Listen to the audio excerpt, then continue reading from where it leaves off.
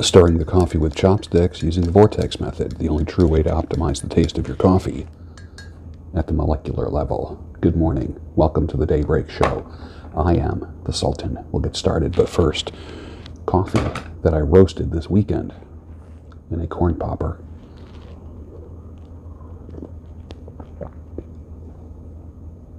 Decent.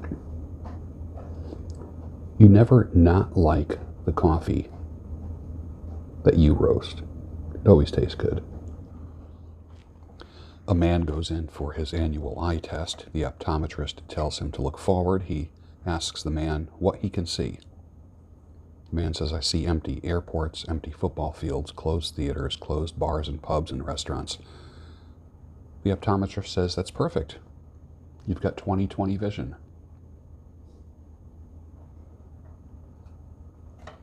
Why is it looked down upon when someone says that they want to be married? Why is it? I think that they should let everyone know if they want to be married. No reason to play it cool and act like you don't need or want a spouse. Just put it out there that you want to be married. Let everyone know. You're afraid of being called desperate. With women, it's looked down upon because the big thing amongst women is they want to be a strong, independent woman, which is the biggest bunch of nonsense I've ever heard in my life. No man wants a strong, independent woman. That's not saying that they want a weak, dependent woman, which some people automatically go to that too. A strong, independent woman is just someone, basically a roommate you have sex with. That's it. Why even get married if you're a strong, independent woman? The key is this, to being a interdependent woman and a submissive woman. And not submissive in the slave sense, but submissive in the to be subject to your husband's love. Wouldn't that be wonderful? To be the recipient of a husband's protection, guidance, love, wisdom. Now, here's the catch. Where are the men who can protect, provide, lead? That's the hard part. But those men are looking for women, and you will meet them. The men will meet the women will meet the men if they put it out there. But if everyone keeps acting like they don't need anyone, marriages, maybe someday I'll get married. Maybe if everyone stops acting like they don't want or need somebody. I know, you're all shell-shocked. I know. From what happened to you. I get it. Been there. But it takes a decision to get out of that. It doesn't happen by itself. Years will go by. Many years will go by. It may take years to get married again, if that's where you feel you want to go. Having sex, oh, that's the easy part. Most people have a new sex partner after a divorce within a week or two. Easily. That's the easy part. Finding flesh. Look for a heart, not flesh. You might have better results. Ask your grandfather or your grandmother this question. Tell me about your parents and your grandparents. You will learn about yourself, believe it or not. Yesterday I wrote part 10 of Open to Marriage. It's in the community section of this YouTube channel. It will be a book that's going to be published sometime in 2021. Just talking about marriage angers some people, and it brings the idiot out of them. Others feel like they're receiving help, and they're saying to me, it's a blessing. Many people are writing me privately and not commenting because they just don't want to have the idiots comment on their comment. That is how I know that this book is going to do well year after year after year once it's published, because it's pretty polarizing. Open to Marriage, coming soon.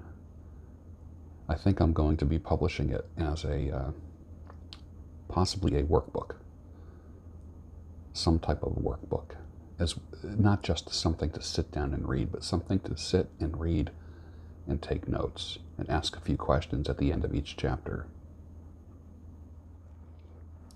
You can rebuild a life with someone new. It's possible. You really can. You might not think that way now. But how about building yourself up first, rather than offering a broken, hurting entity to another person? It'll work out, but build yourself up first. Get your body in shape. Get your nutritional game in shape. You'll be fine. You will. I read on CNN.com that there is the possibility that if you want to travel in 2021, you're going to need a vaccine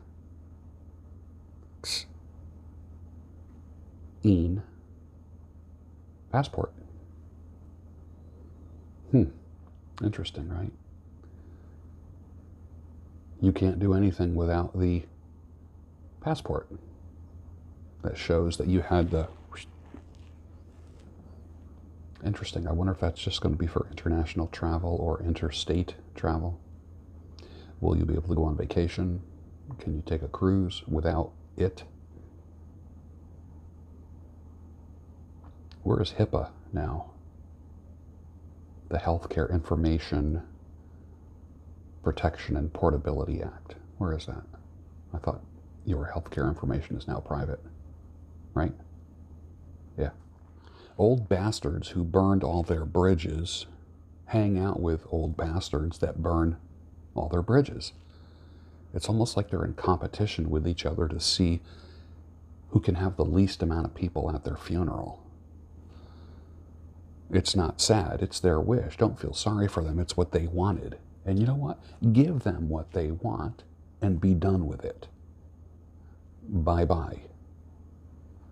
Let me ask you a question as far as your favorite non-firearm EDC. Do you like a clip knife, a Leatherman or multi-tool, a fixed blade, a flashlight, or some other item? What is your favorite EDC, non-firearm EDC item? Put your answer down below. I'd like to hear that. I'm of the firm belief that at this stage, the pandemic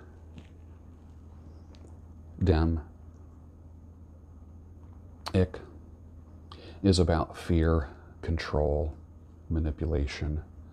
There is an agenda. I said this right from the get. About a year ago, I said 2020, nothing will be random. Nothing. Now we're going into 2021.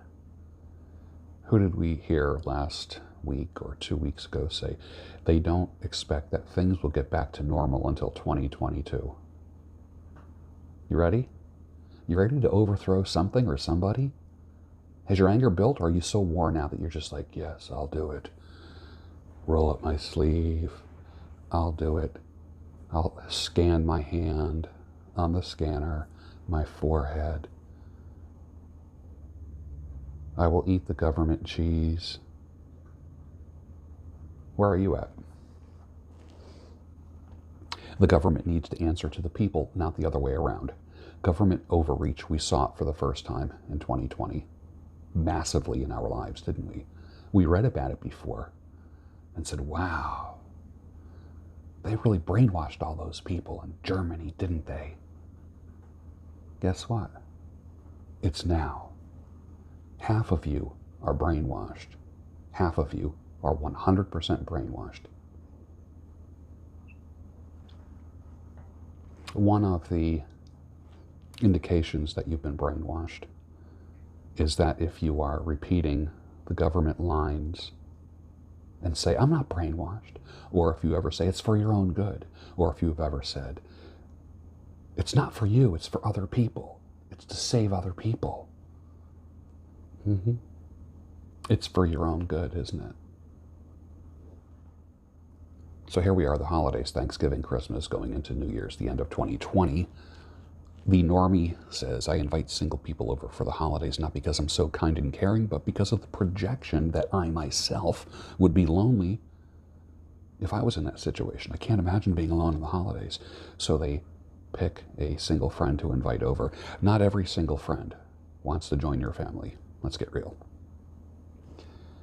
Many single people like being solo on the holidays, such as myself, and we've learned to call them sympathy invites. I know you think you're kind and caring. Stop it already. There are those that are silently begging to be with people, but if you have been single for a while, you kind of enjoy your holidays by yourself and the world a little bit quieter.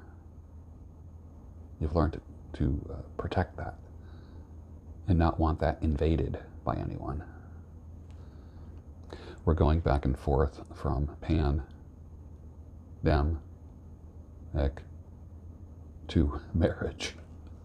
The best marriage will happen when a happy, content person marries a happy, content person.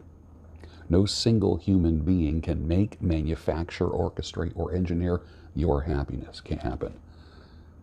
That's a huge and frankly impossible responsibility for someone to do. You need to make yourself happy and content.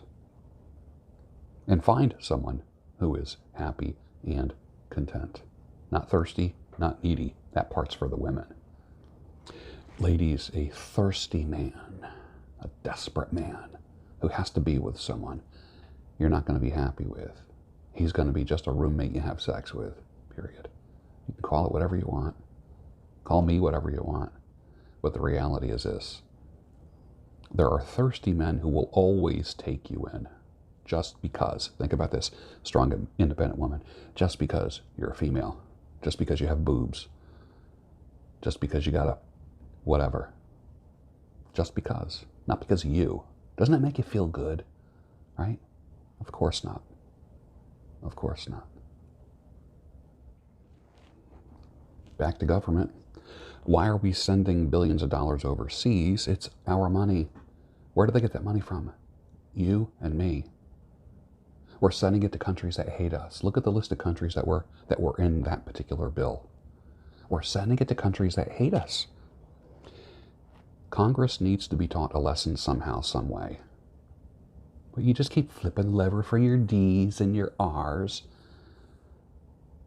And the libertarians, I'm not voting for anybody because my vote doesn't matter. You know what matters? Let me tell you what matters. I think we're at the point where flipping a lever doesn't matter at all. I think we're at that point, generally speaking. People need to be physically and logistically moved from office. That's what I think. Thrown out of office.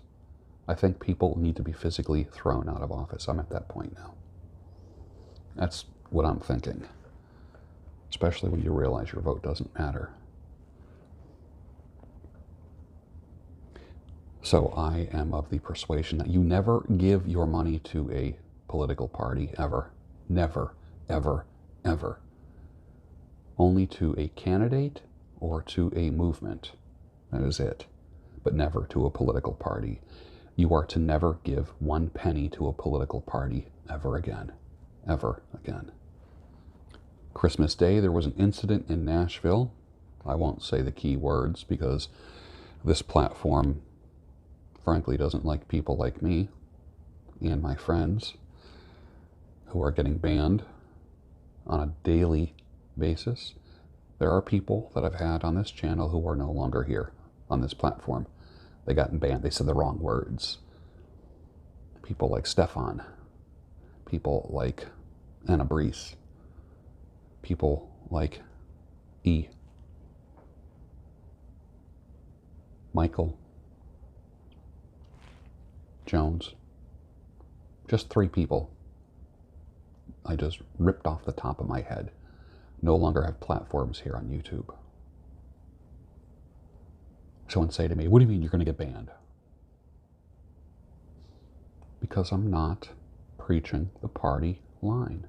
I'm teaching you to think for yourself and to think critically. Does anyone have statistics on widows and widowers being a good match for each other? And when would it be appropriate to introduce them to each other? When? Do you think they would be good for each other? Is that type of, I don't want to say commiseration, but would that kind of collaboration, romantic collaboration, would that work? Just a thought. I have never been wrong when I see a couple in trouble. Never. I usually keep my mouth shut now when I see it. I have said things in the past that has created animosity and not healthy relationship factors between me and the people. But I can tell when a couple is in trouble. I can tell when she is preparing to fly the coop and he's blind to it. And then when it happens, I don't experience joy for being right. It still grieves me. And I feel for the person who got left. But man, I can see it coming. Can I? Regarding relationships, this is going to divide a few people. Regarding relationships, I want you to think like this. Just when you're about to say how lucky you are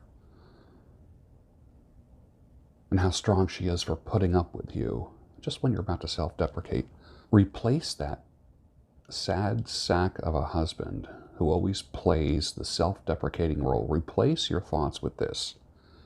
We are fortunate to have found each other because you both had the good sense to recognize each other's value of what you could build together. What a wonderful way to look at life and at your marriage. We both had the good sense to recognize each other's value. Not, I don't know what she ever saw in me. I don't know why she puts up with me. Stop it. Women never do that, ever. Men do that. The men so easily play the self-deprecating role. And there are men who will get mad at me for saying this. Get as mad as you want, bro. But you're not being a good example to your own children and to other men who are looking up at you. You're training other men to self-deprecate. But it works for us. No, it doesn't. You're training other men to be weak. Train men to be strong. Strong, period. And finally, I will say this, a big hug to those who've said goodbye to a loved one this past year. I think about those that have the empty recliner, and I say this every year, year after year. Empty recliner, an empty seat at the dinner table, the phone that doesn't ring, no one to pick up a call at the other end where you're calling. This was the first bunch of holidays without a mom, a dad, a child, an uncle, a spouse. And I know it's difficult. I know it's difficult. So my words will always fall short, but here are God's words from Jeremiah. And I can't say this enough. I will turn their mourning into gladness. I will give them comfort and joy instead of sorrow. And with that, finish your coffee, and I will see you tomorrow on the Daybreak Show, your home of sanity, clarity, and reason.